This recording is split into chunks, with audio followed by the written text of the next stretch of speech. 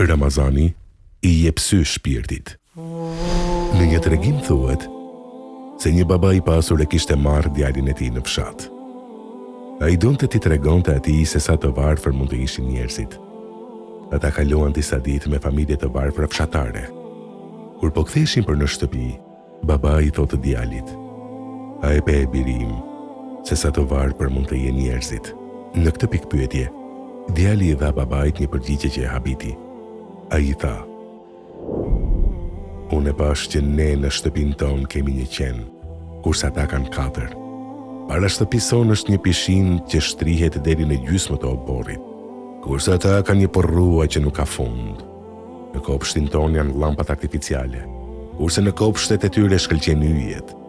Pamja jonë arrin deri te muri i oborrit, ndërsa e tyre përfshin të gjithë horizontin." Babai mbeti hutuar pa ditur çfarë të thoshte, kurse djali e përfundoi përgjigjen e tij me fjalët: "Faleminderit baba që më tregove se sa të varfër jemi." Shpirti i pastër fëminor, këtë botë e pandryshe, e pa ashtu siç është dhe kënaqësinë e gjeti në atë që njeriu i pushtuar nga lakmia zakonisht nuk e sheh. Në burimet e fesë son gjejmë të thuhet se pasuria e vërtet, nuk është në sasinë e madhe të pasurisë, por në kënaqësinë e shpirtit. Allahu i plot fuqishëm na tregon se ajo që shohim me sy nga kjo botë është mashtrim. Na tregon se kjo botë është lojë dhe argëtim.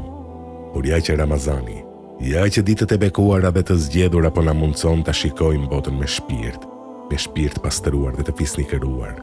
Po na mundson që me atë vështrim të kuptojmë se pasuria e vërtet nuk është në sasinë e madhe të mirave të kësaj bote, por në sasinë e madhe të veprave të mira.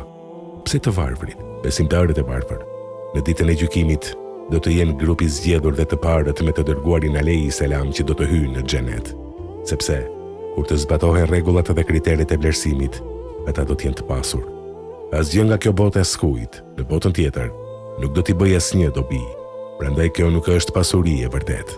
Po na vjen Ramazani që të na udhëheq drejt të vërtetës dhe që të na tregojë se çfarë është me të vërtetë e vlefshme dhe çfarë do të na hyjë në punë kur gjithçka materiale të bëhet e pavlerë. Ramazan besimtari nuk e shikon këtë botë vetëm me sy. Mbi shpirtin e tij i bie shiu i bekuar i mirësive të Ramazanit dhe ai ringjallet.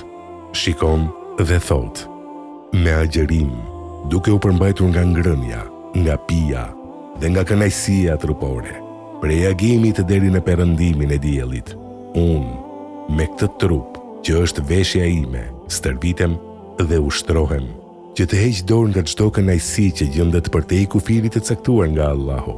Me agjerim, me këtë përmbajtje nga ushqimi dhe pija, me këtë stomak të uritur, unë mësohem që ta kuptoj të uriturin. Ramazani më vendos në gjendjen e tyre dhe më thot: O njeri, ka të uritur pranë teje.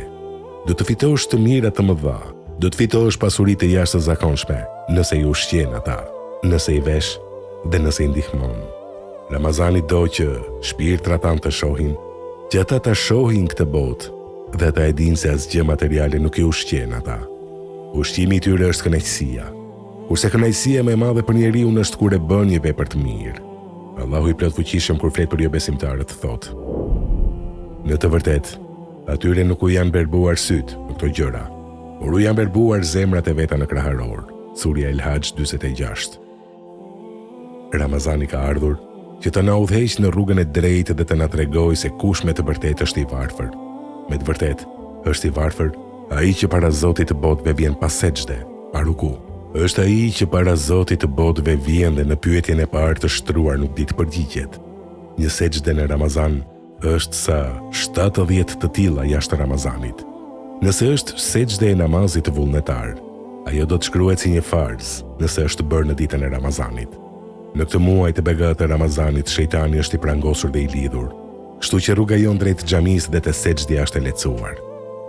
Ramazani do që shpirti ynë të ndjej bukurinë dhe ta përjetojë ëmbëlsinë në robërimin ndaj Allahut. Sa do i pasur që t'jesh tani, këtu në këtë botë, sa do të mirat të kësaj bote që posedon, deri ku të dojë le të arrijë pishina në obor. Nëse nuk e sejdë, do t'jesh me të vërtetë i varfër. O njeri, lejoj që Ramazani të gjallëroj shpirtin tënd me shiun e bekuar të mëshirës dhe udhëzimit, dhe që ai ta shoh, ta kuptoj, se sa i varfër je nëse nuk je në ibadet.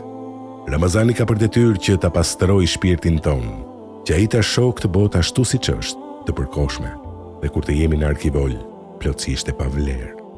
Po na vjen Ramazani që të na udhëheqë në ombrellën e dispozitave të fesonte, që të na mësojë se si t'i sigurojmë vetes kopshte me përrenjë të pafundë dhe lumenj mjalti e qumshti. Po na vjen që të na tregojë rrugën drejt një vendbanimi që syri nuk mund ta përfshijë sepse është i madhësisë së qiejve dhe të tokës. Ramazani është koha e duhur. Në fakt është e vetmja kohë në të cilën shpirtit i mundsohet që ta shohë të vërtetën qartë. Sepse në të bashkohen të gjitha ibadetet, dhe ibadeti i shpirtit, edhe i trupit, edhe i pasurisë.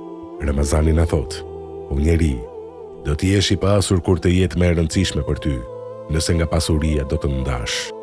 Nëse nga pasuria nuk e ndar, nuk e ke plotësuar Ramazanin. As agjerimi nuk do të pranohet pas sadaka.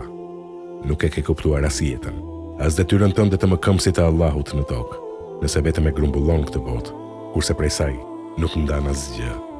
Ramazani po vjen që të na mësojë, që të na ndryshojë, që të na fisnikërojë dhe që të na afrojë me krijuesin dhe me të dërguarit e Allahut. Ramazani po vjen që të na paralajmërojë dhe të na kthejë në ekuilibër midis trupit dhe shpirtit.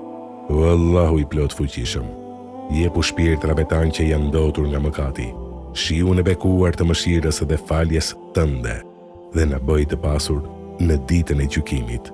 Amin.